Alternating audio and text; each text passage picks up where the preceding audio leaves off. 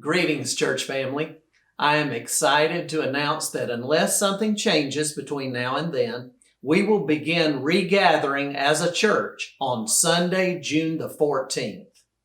After much prayer and careful consideration, based on our interpretation of the information available to us, and our belief that we are approaching a point at which the joy of regathering will outweigh the frustration, and with the advice and support of our medical ministry team and deacons, our ministers are working diligently to prepare for our regathering in the safest environment possible.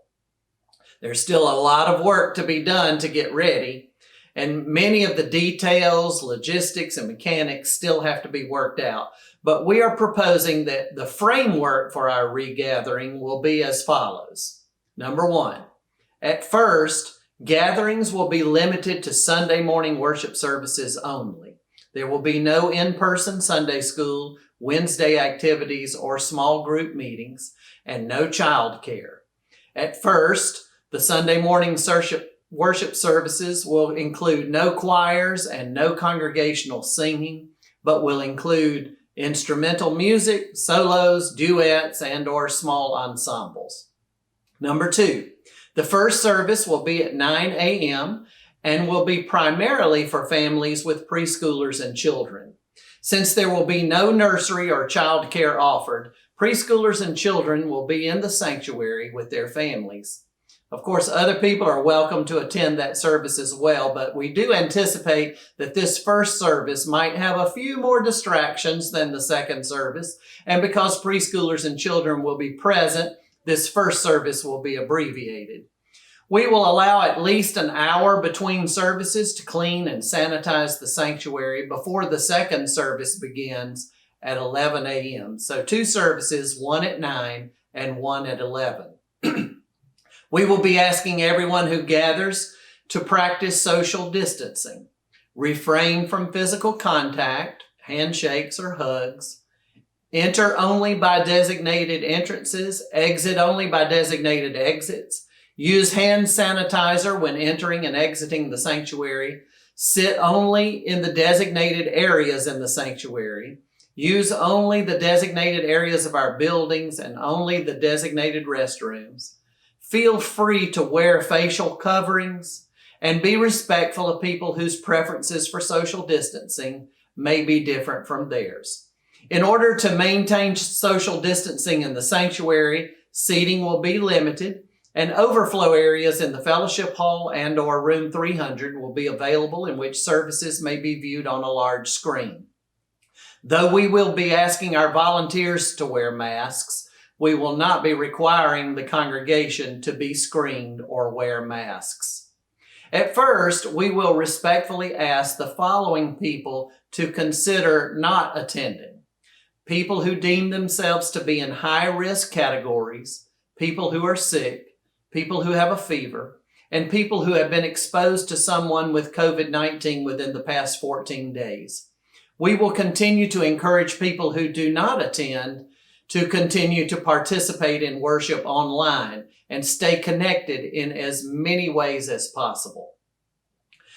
Number 5, from now on, we will continue to provide online worship services, hopefully live streaming by June the 14th, so that those who cannot or should not attend will be able to worship along with us wherever they are. Until Wednesday evening activities resume, and maybe even beyond that time, we will continue to provide midweek online devotionals as well. Number 6, until small groups can resume their meetings in our church buildings, we will continue to encourage small groups to stay connected by Zoom meetings, phone calls, emails, etc. Number 7, for the time being, we will continue to ask small groups to refrain from meeting in the church buildings. Number 8, we will continue to communicate constantly with our church family as we develop more plans about the gradual phasing in of other activities and the lifting of more restrictions. Number 9, since there will be many new jobs to do, we will be asking volunteers to help facilitate our regathering. We already know that many of our former volunteers will no longer feel comfortable serving or even attending, which will significantly diminish our volunteer base. So we will need new volunteers to direct people in the sanctuary and overflow areas, to maintain proper social distancing.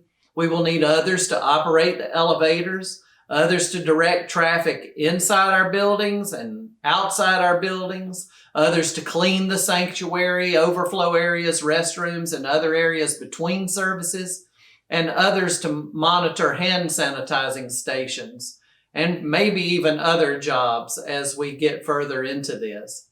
We would greatly appreciate your willingness to help us. We will continue to produce a weekly online newsletter, mail hard copies of the newsletter each week to people who do not have internet access, and communicate online weekly congregational care updates, information, and prayer requests. Number 11, in order to keep the building as clean as possible for our Sunday gatherings, we will respectfully limit public access to our buildings during the week. As has been the case throughout this period of time, the church staff remains available to respond to pastoral care needs and emergencies and to assist with ongoing ministry needs and resources. Number 12, in preparation for our regathering, we will be sending out a congregational survey very soon to estimate how many people are planning to attend each service, to gather ideas, suggestions, thoughts, and feelings about our regathering, and to enlist volunteers for the various teams that will have to be filled to facilitate a meaningful regathering. We are excited about our regathering, and we will do everything we can to make it as joyful, meaningful, safe, and orderly as we possibly can. To prepare our church spiritually for our regathering, I will be preaching a sermon from the deepest place of my heart on May the 31st.